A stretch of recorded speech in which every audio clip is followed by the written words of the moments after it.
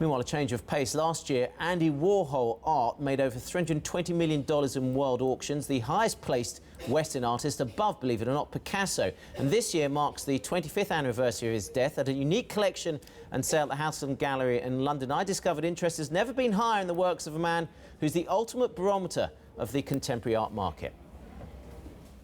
Andy Warhol was obsessed by the artist Elizabeth Taylor, and this Silver Liz was painted by him in 1963, part of an amazing exhibition here at the House and Galleries. Paul Green, you're the president.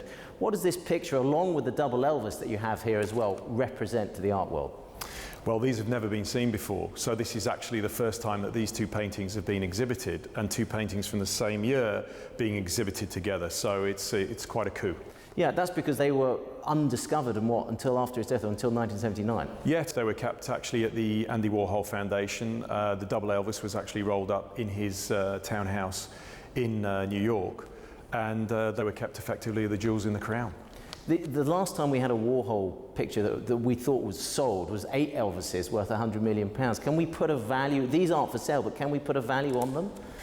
It's really hard. You know, as you said, they're not for sale, and obviously it's about what anybody is prepared to pay on a given day. Besides these two, which are part of this amazing exhibition, you do have other pictures for sales. There are shoes, there are the Campbell soups as well. What is it about these pictures that makes them so collectible? Well, Andy Warhol epitomizes contemporary art, modern art. He captured an age, he understood about fame, he understood about brand. And he turned it on its head. He made the things that were famous in the time, they almost made him more famous. And he worked, of course, in series that allowed him to become accessible to a much, much wider audience. Also, it's not just Andy Warhol. Mauro is also exhibiting. Why are they two together? Well, as Warhol concentrated on iconic imagery, Mauro has done the same thing with contemporary imagery.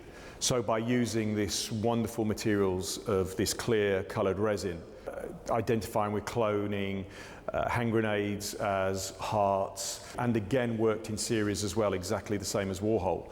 And of course, Mauro actually appeared in one of Andy Warhol's films as well, The Driver. He was actually the driver with Liz Taylor. So there you go, quite a bit of story. Actually, the two artists together, we saw them in that picture, the two artists together. Prochetti was extraordinary. But the last night they had the opening and it was packed. I mean, the week of the Olympics, Kylie was there. But there's something about Warhol. Kylie Minogue? Yeah. Oh, wow. Apparently she's really into the shoes. She loves Warhol shoes. But and that's the thing, you know, he mimics pop art, and it's pop artists by the mimicry. Pictures, and then make him famous for it, yeah. And they were saying right now, it's still, despite what's going on in the world, for that sort of art, there's still huge demand. Well, if anything, interest. People think that that's a real asset they can invest in, or something that's going to be a non-correlated. Maybe than they do putting money in your fund, Gemma. That's it. Supply and demand. That's the point. If you've got a shortage of supply and you've got an excess of demand, prices will rise. So, well, that sounds like it was a lot of fun. Good old O-level economics. Yeah. Yeah, absolutely. I still think it's a little bit more of the asset price story too, but it's remarkable given the sell-off we've seen elsewhere that it's held up.